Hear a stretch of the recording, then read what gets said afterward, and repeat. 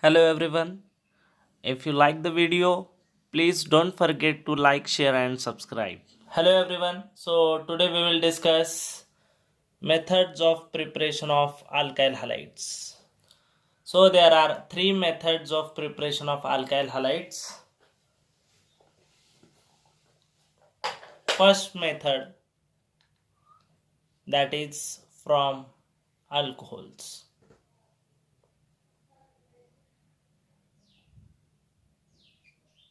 Question will be asked for 3 marks. What is the action of following reagents on ethanol? So 3 reagents will be given, and for reaction of alcohol with each reagent you will get 1 mark. So first reagent is Lucas reagent.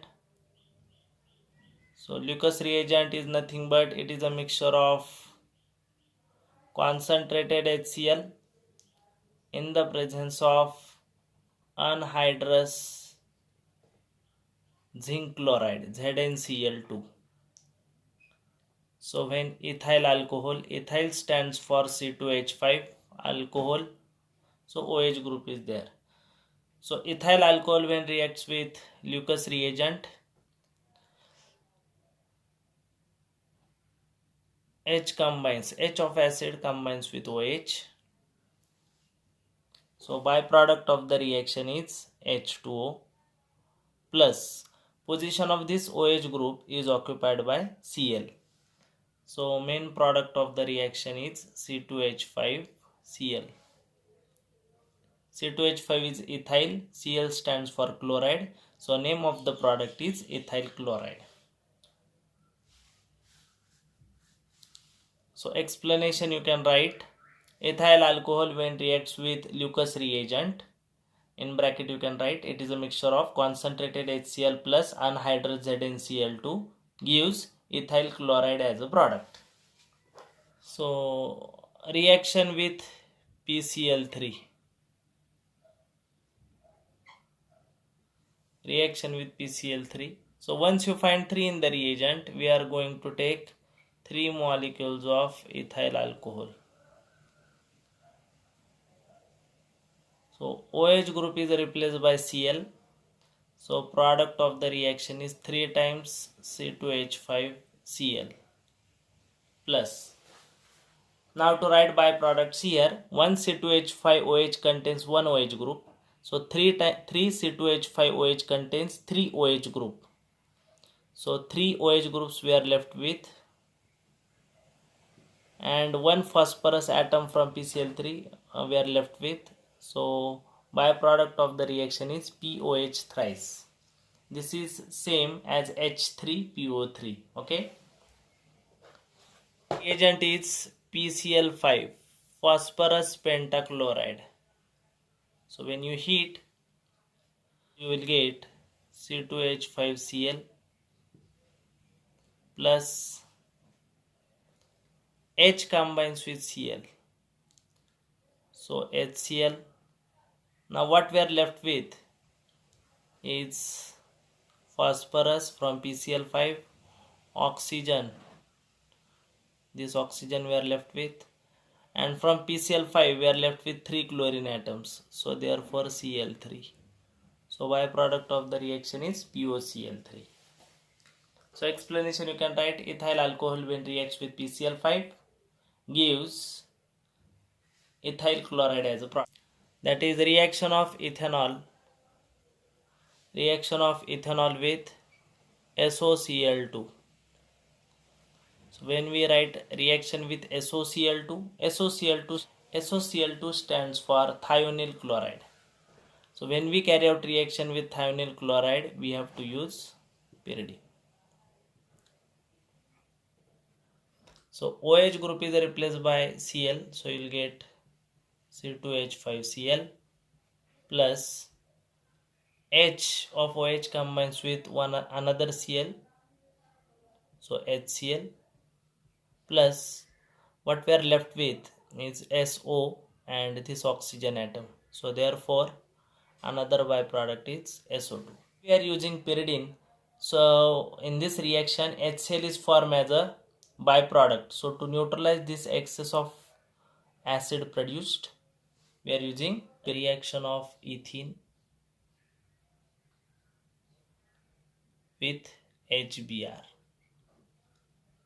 In HBr, hydrogen carries partial positive charge, bromine atom carries partial negative charge. And remember, HBr is unsymmetrical reagent. Why unsymmetrical? If I pass the plane, that is imaginary line, through HBr, you will find we'll get two different atoms on either side of the plane. To one side of plane we have hydrogen atom, to another side of plane we have Br atom, and therefore HBr is unsymmetrical reagent. Let us draw structure of ethene. Eth stands for two carbon atoms, in stands for double bond. Carbon forms four bonds, so remaining valencies of carbon satisfied by hydrogen. So here we can write CH2, here CH2. Okay, so this is structure for ethene. Ethene, it is a symmetrical alkene. Why symmetrical? Because if I pass the plane through carbon-carbon double bond like this, you will get two similar groups on either side of the plane, and therefore ethene, it is a symmetrical alkene. Now, when we carry out the reaction, hydrogen goes with one CH2 group. So CH2 is converted into CH3. Carbon-carbon double bond breaks, so you'll get carbon-carbon single bond, and bromine atom gets attached with another CH2. So CH2 attached with Br. So product of the reaction is CH3. Product of the reaction is CH3 CH2 Br. CH3 CH2 is C2H5. This is ethyl Br. So therefore bromide. Ethyl bromide, it is formed as a product. What happens if I take unsymmetrical reagent and unsymmetrical alkene? Remaining valencies of carbon satisfied by hydrogen. So I can write CH3. Then here we can write CH. And here we can write CH2. This is structure for propene. Now propene is unsymmetrical alkene. Why? Because if we pass the plane through carbon-carbon double bond, you will get two different groups present on either side of the plane. So product of this reaction will be CH3, CH, CH3 and Br. So the product form, it is according to Markovnikov rule. What Markovnikov rule states? When an unsymmetrical reagent, so this is unsymmetrical reagent, when it is added, so plus sign is there. So when an unsymmetrical reagent is added to an unsymmetrical alkene, then negative part of unsymmetrical reagent, it gets attached to that unsaturated carbon which carries less number of hydrogen atoms. Here this carbon and this carbon, these two are unsaturated carbon atoms. This unsaturated carbon carries one hydrogen atom with it, while this unsaturated carbon atom carries two hydrogen atoms with it.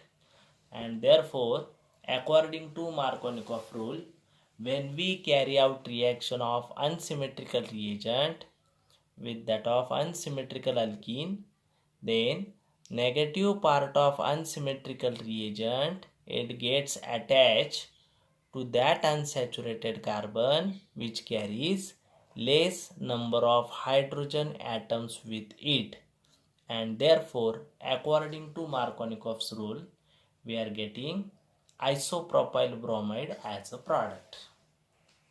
Reaction of propene with HBr, if we carry out in the presence of peroxide, then product form is like this: CH3, CH2, CH2, Br. Name of the product is N-propyl bromide. 3 carbon atoms are there, so alkyl group is propyl. All carbon atoms are connected in straight chain, so N, and Br is attached, therefore bromide. Now, why such product formation takes place?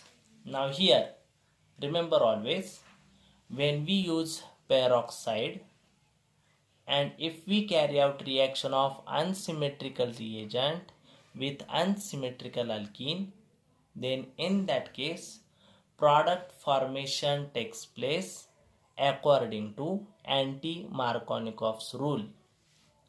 So what anti-Markovnikov rule states?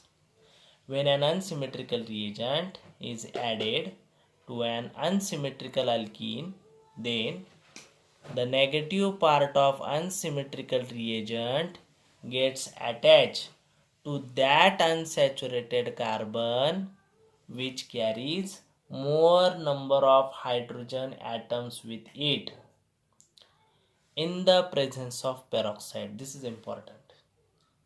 In the presence of peroxide. So remember, when we carry out addition of unsymmetrical reagent with unsymmetrical alkene in the presence of peroxide, then negative part of unsymmetrical reagent, it gets attached to that unsaturated carbon which carries more number of hydrogen atoms with it, and therefore when we carry out reaction of propene with HBr in the presence of peroxide, we are getting N-propyl bromide as a product. So question will be asked for 2 marks. Write a short note on peroxide effect, or same question can be asked like state and explain anti-Markovnikov's rule with suitable example. So in that case you have to write statement of anti-Markovnikov's rule plus you have to write this example, this reaction you have to write. And same question can be asked like state and explain Kharech-Mayo effect. Kharech-Mayo effect is nothing but you have to write statement of anti-Markovnikov's rule along with this example. Now, third method of preparation of alkyl halide, that is by halogen exchange.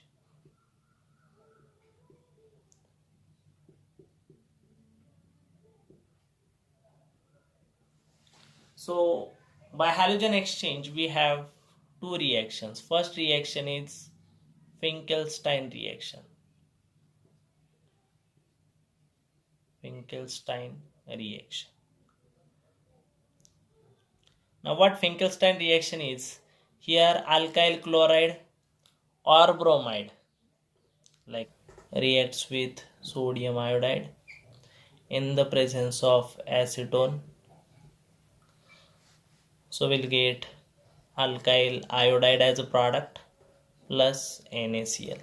Remember always, in Finkelstein reaction we are getting alkyl iodide as a product. So question can be asked like write a short note on Finkelstein reaction. So in that you can write in Finkelstein reaction alkyl chlorides or alkyl bromides reacted with sodium iodide in the presence of acetone gives alkyl iodide as a product. Second reaction, that is Schwarz reaction. Now what Schwarz reaction is? Here alkyl chloride or bromide reacted with metallic fluorides. So you will get alkyl fluoride as a product plus byproduct is metal chlorides.